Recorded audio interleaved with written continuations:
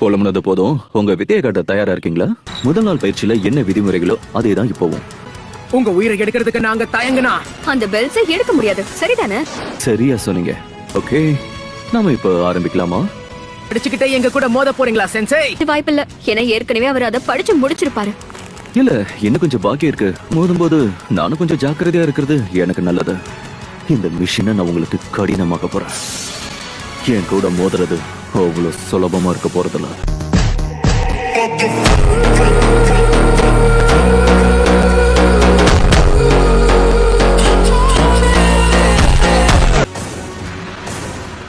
ஆரம்பிக்கலாமா?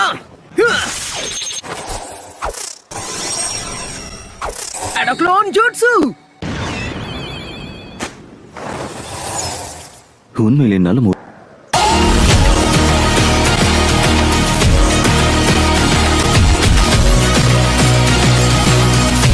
ட்ரான்ஸ்ஃபார்ம். இதெல்லாம் என்கிட்ட வேலைக்கே ஆகாது. என் கண் முன்னாடி இவன் இவ்வளவு வளர்ந்துட்டானா? அது மட்டும் இல்ல, இவன் ஷேடோ க்ளோன் ஜூட்ஸுவை நல்ல டைமிங்ல பயன்படுத்துறான்.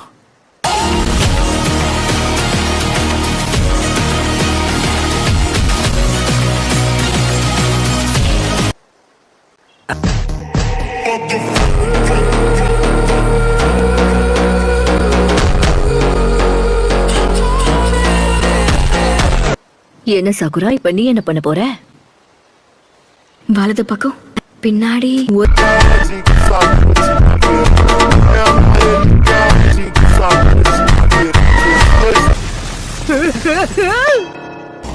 மீய பொழந்துட்டாலே. சுனாடே சாக்குராவை அவளோட ஜெராக்ஸா மாத்தி வச்சிருக்காளே.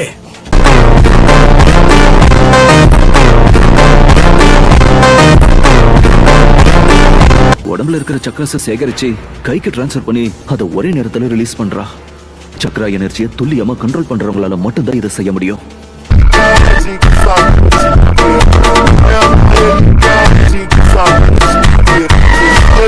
மெடிக்கல் நிஞ்சுட்சுவை கூட சேர்த்து அதிகமான பலத்தை பயன்படுத்துறா. 5வது ஹோகாகேவை விட சக்தி வாய்ந்த குனோச்சியா மாறுவா. உன்னோட பலத்தை நீ காட்டிட்ட. இப்போ இது என்னோட டர்ன்.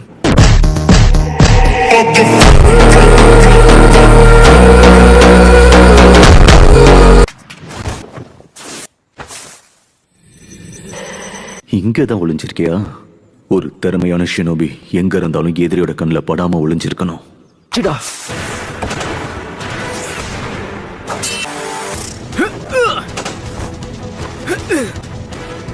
என்னைக்கு என்ன படத்தை கத்துக்க தயாரா இருக்கீங்களா?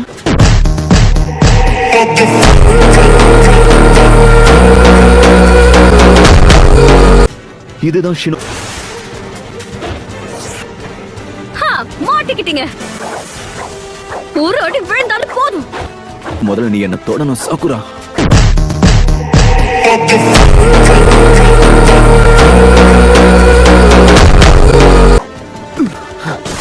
வேலைக்கு மேல படல. Shadow clone jutsu. இதை பாத்துருவோம் வா. மாட்டேன். Dancing leaf shadow.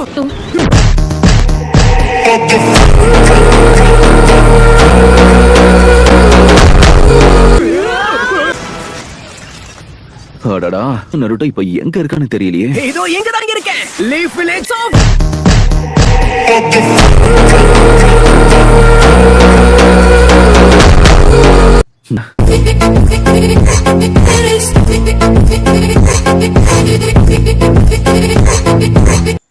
இத்தனை வருஷமா இவங்க பிரிஞ்சே இருந்தாலும் ஒரு டீமா பிரமாதமா செயல்பட்டு இருக்காங்க.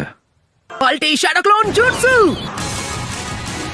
இவன் எப்படி இத்தனை க்ளோன்ஸை உருவாக்குறான்னு என்னால புரிஞ்சுக்கவே முடியல.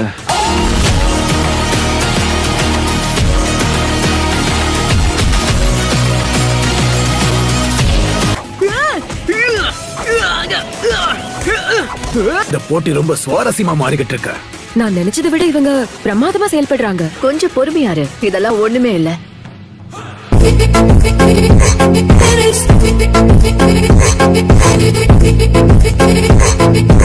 கடைசி அவருடைய பெல் சத்.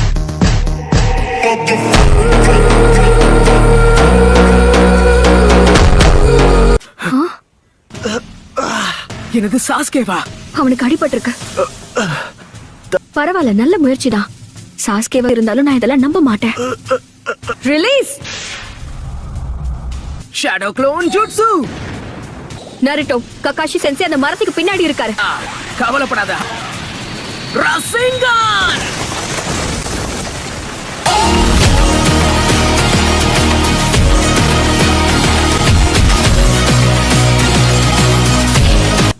வேற ஏதாவது டெக்னிக் இருந்தா நல்லா ட்ரை பண்ணுங்க. அரைச்சமாவே அரைச்சுக்கிட்டு இருந்தா நாங்க ஏமாந்துகிட்டே இருப்போமா என்ன? எங்களை வடிகட்ட முட்டாள்னு நினைச்சிட்டீங்களா?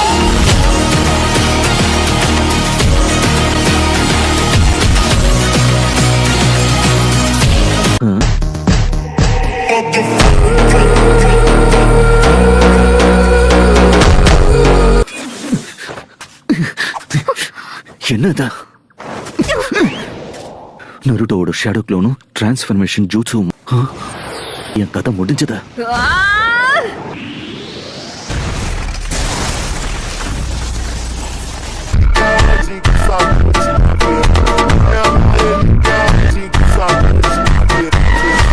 பசங்களா, ஷினோபி பேட்டில் ஸ்கில் இருக்கிற 3வது விதிமுறை நீஜுட்சு.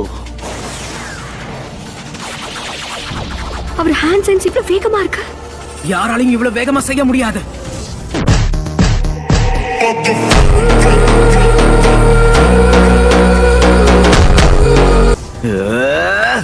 Fire style fire ball jutsu. அடடா, இப்ப எங்க போனாருன்னு தெரியலையே. Earth style head hunter jutsu.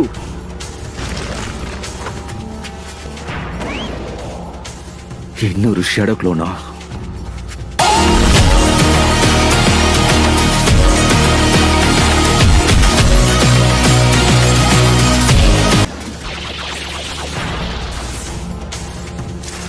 Water style, water dragon jutsu.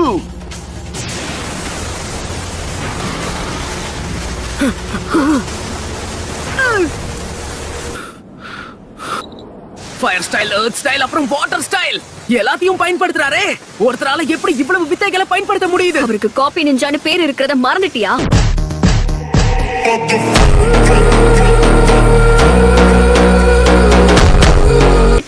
நம்மள குறைச்சு எடை போடலங்கிறதாலதான் அவரோட முழு திறமைய காட்டுறாரு.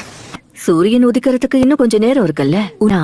நாம எதிர்பார்த்ததை விட இது இன்னும் வேகமா முடிஞ்சிடும்னு தான் எனக்கு தோணுது. இதுல ஆச்சரியப்படுறதுக்கு எதுவும் இல்லனாலும் அவர் ஷேரிங்கன் எவ்வளவு சக்தி வாய்ந்ததுன்னு தெரியாம போயிடுச்சு. ஆமா,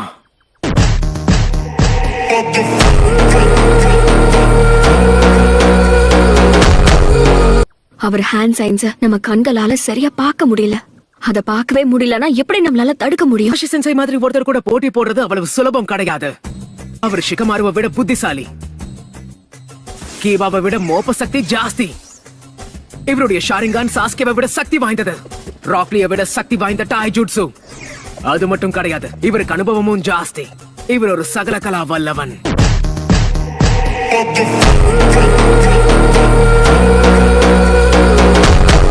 ஆனா ககாஷி சென்சேக்கும் ஏதாவது ஒரு வீக்னஸ் இருக்கணும்ல.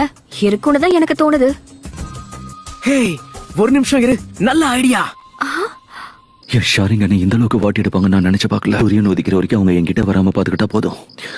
தேவையான அளவுக்கு ஷூரிக்கனும் இருக்கு, குணாயும் இருக்கு. இந்த புக்கை படிச்சுட்டு அவங்களை தடுக்கிற அளவுக்கு அவங்க ஒன்னும் அவ்வளவு சின்ன பசங்க இல்ல.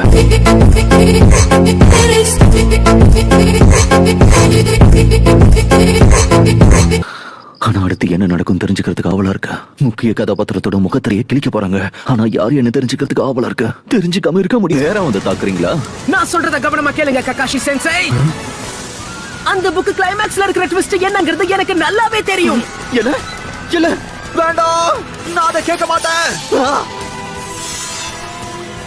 இங்க இருக்கிறதுனால அவ சொல்றதை என்னால புரிஞ்சுக்க முடியுது.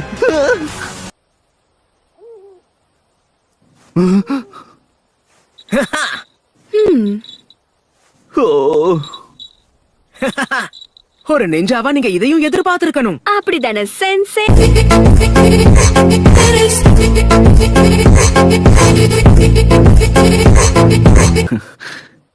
எனக்கு இது தேவைதான்.